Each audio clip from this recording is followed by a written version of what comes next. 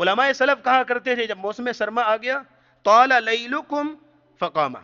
تمہاری جو ہے وہ راتیں اب لمبی ہو گئی ہیں، اب قیام اللیل کے لیے جو ہے وہ وقت مل گیا، رات کا دورانیہ جو کہ بڑھ گیا، اب اس لیے ہے کہ اللہ رب العزت اس کی توفیق دے رات کو قیام کرنے کی، رات کو نفل پڑھنے کی، رات کو قرآن کی تلاوت کرنے کی۔ اور امام ابن رجب کہا کرتے تھے قیام لیل الشتاء، سردی کی رات کو اٹھ کے قیام کرنا، یعدل صیام نہار الصیف، یہ گرمیوں کے روزوں کے برابر ہے۔ کیوں جی؟ صحیح بات ہے کہ سردی کی رات کو اٹھ کے قیام کرنا گرمیوں کے روزے کے برابر ہے، اور اسی لیے فضیلت بھی رکھی ہے۔ نبی اسلام کی حدیث نوٹ کیجئے گا، آپ نے فرمایا الا ان اللہ عز وجل یضحک، اللہ ایک بندے کو دیکھ کے مسکراتا ہے۔ اور ایک بات یاد رکھ لیے گا، زندگی میں ایک مرتبہ بھی اللہ جس بندے کو دیکھ کے مسکرا لینا، وہ شخص ایسا ہے کہ جہنم کی آگ اس پر حرام ہو جاتی، جہنم کی آگ اس پر حرام، اللہ اس کو دیکھ کے مسکرا لے، اس کی زندگی میں ایک مرتبہ بھی یہ واقعہ ہو جائے، وہ کوئی ایسا عمل کر لے، ایسی بات کہہ دے، ایسی ایکٹیویٹی کر لے کہ اللہ عرش پہ اس بندے پر مسکرا دے، تو یہ نبی اسلام کی حدیث کی روشنی میں آپ نے فرمایا اس پر جہنم کی آگ حرام ہے۔ تو اللہ نے فرمایا، نبی اسلام کی حدیث ہے کہ اللہ ایسے شخص کو دیکھ کے مسکراتا ہے، کون؟ قام فی لیلۃ باردۃ من فراشہ، وہ نرم گرم بستر کو چھوڑتا ہے ٹھنڈی رات میں، ولحافہ ودثارہ، اپنا لحاف اور کمبل پیچھے کرتا ہے، فتوضأ، ٹھنڈے پانی سے وضو کرتا ہے، قام الی صلاۃ، اور یہ ہے کہ اللہ کے سامنے کھڑا ہو جاتا ہے، الحمدللہ رب العالمین الرحمن الرحیم پڑھنے لگ جاتا ہے، ابھی یہ اللہ کے سامنے نماز پڑھ رہا ہے، ادھر اللہ اپنے فرشتوں سے مکالمہ شروع کر دیتے ہیں، فیقول اللہ للملائکۃ، اللہ اس فرشتوں سے کہتے ہیں ما حمل عبدی علی ما صنع، بتاؤ ذرا میرا بندہ یہ کام کیوں کر رہا ہے، یہ عمل کیوں کر رہا ہے؟ فرشتے آگے سے جواب دیتے ہیں ربنا رجاء ما عندک وشفقۃ مما عندک، یا اللہ تیری رحمت کی امید میں کر رہا ہے اور تیرے عذاب سے ڈرتے ہوئے کر رہا ہے۔ اللہ کہتے ہیں میرے فرشتوں گواہ ہو جاؤ، فإنی قد اعطیتہ ما رجاء وامنته مما يخاف، جس چیز کی امید لے کر یہ کھڑا ہوا ہے میں نے اس کو عطا کر دیا، اور جس چیز سے ڈرتے ہوئے یہ میرے سامنے کھڑا ہوا ہے میں نے اس سے اس کی حفاظت کر لی ہے۔ اللہ رب العزت اس کو فضیلت عطا کرتے ہیں۔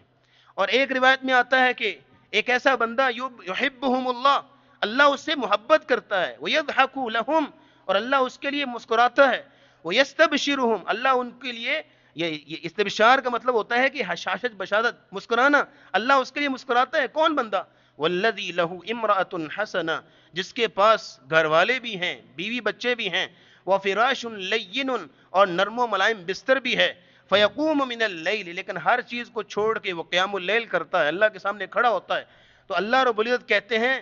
یذر شہوتہ ویذکرنی، اپنی تمام لذتوں کو چھوڑ کے میرے ذکر میں مشغول ہو رہا ہے، ولو شاء رقد، چاہتا تو سویا بھی رہ سکتا تھا، لیکن یہ ہے کہ میرے سامنے یہ کھڑا ہوا ہے، میرے فرشتوں گواہ ہو جو میں نے اس کو معاف کر دیا۔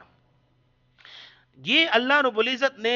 یہ سعادت رکھی ہے اپنے نیک بندوں کے لیے۔ اور آج کل جیسے 9 گھنٹے کی 10 گھنٹے کی رات ہے، اس میں اگر 5 منٹ بھی کسی شخص کو نہیں ملتے کہ چلو صبح نہیں اٹھ پاتا، لیکن یہ ہے کہ رات سونے سے پہلے پڑھ لے، جیسے ابو ہریرہ رضی اللہ تعالیٰ عنہ کے رسول اللہ نے کہا تھا کہ ابو ہریرہ آپ رات سونے سے پہلے پڑھ لیا کر، کیونکہ وہ رات گے تک احادیث پڑھتے رہتے تھے، مطالعہ کرتے رہتے تھے، پڑھتے رہتے تھے، تو صبح اٹھنا ان کے لیے مشکل ہوتا، کہا تم رات سونے سے پہلے پڑھ لیا کرو۔ تو جو صبح نہیں اٹھ سکتا، جو کہ افضل وقت ہے، تو رات سونے سے پہلے پڑھ لے، لیکن یہ ہے کہ 10 گھنٹے کی رات میں سے 5 منٹ بھی اس کو نہ ملیں کہ اپنے رب کے سامنے کھڑا ہو کہ قل واللہ احد پڑھنے کی اس کو توفیق نہ ملے، تو میں سمجھتا ہوں کہ اس سے بڑی بدنصیبی کوئی نہیں ہے، اس سے بڑی محرومی کوئی نہیں ہے۔ اور پھر یہ ہے کہ نبی اسلام کی حدیث کی روشنی میں اللہ تو آواز لگاتے ہیں، اور 5 نمازوں کی اپنی فضیلت ہے، 5 نمازوں کی اپنی فضیلت، فرض نمازیں ہیں، لیکن یہ جو نماز ہے جس کو صلاۃ اللیل، قیام اللیل، رات کی نماز کہتے ہیں، اس میں فرق یہ ہے کہ 5 نمازوں کی اذان انسان دیتے ہیں، مؤذن دیتے ہیں، لیکن اس نماز کی اذان کون دیتا ہے؟ اللہ خود دیتے ہیں، اللہ بلاتے ہیں، اللہ آواز دیتے ہیں، حل من مستغفر فاغفر له، ہے کوئی مجھ سے بخشش مانگنے والا میں اس کی بخشش کر دوں، حل من سائل فاعطیہ،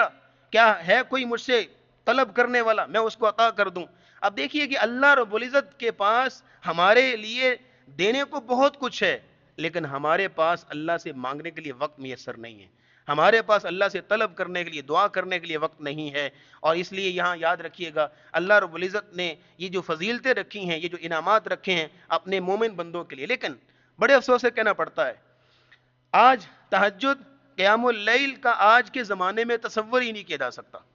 کیونکہ ہم مسلمانوں کی ایک بڑی اکثریت ایسی ہے کہ جو فجر کی نماز وقت پہ ادا نہیں کر پاتے، تو ان سے آپ کیا توقع رکھیں گے کہ وہ رات کو اٹھ کے اللہ کے سامنے قیام کریں، رات کو اٹھ کے اللہ کے سامنے جو ہے وہ نوافل ادا کریں. کیونکہ ماحول ایسا بن گیا نا، ہم اس معاشرے، جس معاشرے میں رہ رہے ہیں، ماحول ایسا بن گیا ہے، روٹین ایسی بن گئی ہے کہ رات گیر تک سوشل میڈیا ہے، ٹیلی ویژن ہے، اس طرح کی کئی چیزیں ہیں. اور جب وقت آتا ہے اللہ کے سامنے اٹھنے کا، دعائیں کرنے کا، مناجات کرنے کا، تو پھر شیطان جو ہے وہ ہمیں ایسی تھپکیاں دے کے سلاتا ہے کہ ابھی رات بہت لمبی پڑی ہے. اور پھر یہ ہے کہ جب سورج اپنی تمام تر جوبن کے ساتھ جو ہے پورے عالم کو منور کر چکا ہوتا ہے، پھر ہماری آنکھ کھلتی. کتنے لوگ ایسے ہیں جن کی صبح 10 بجے ہو رہی ہوتی، کتنے لوگ ایسے ہیں جن کی صبح 9 بجے ہو رہی ہوتی، اور سارا دن اسی نحوست کا جو ہے وہ نظر ہو جاتا ہے ان کا. اس لیے بہت بڑی بد نصیبی ہے، بہت بڑی محرومی ہے. اللہ رب العزت ہمیں اسے محفوظ فرمائے اور اللہ اپنی عبادت کی توفیق عطا فرمائے.